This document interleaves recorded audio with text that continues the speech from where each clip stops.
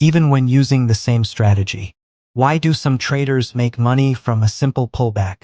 The same pullback that kills beginners again and again? Is it luck? Is it timing? Or is there something they know? Something nobody else talks about? Today, I'll show you 5 to 15 real trade charts, and I'll reveal the one simple secret that separates consistent winners from everyone else. White medium star, the big question. But before we start, let me ask you the most important question. When you see a pullback, how do you know if it's a high probability trade?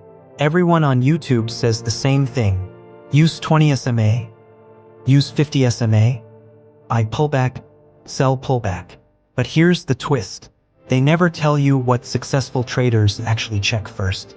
Clue. It's not the candle, not the SMA, not the indicator. It's the trend line. Yes, the old school trend line. Because here's the reality. A pullback is only powerful if the trend itself is powerful. Draw your trend line. Now watch carefully. Does the pullback come slowly, gently, like price is taking a breath? Does it touch the trend line perfectly, as if the market is respecting it? If yes, that's a setup successful traders jump on.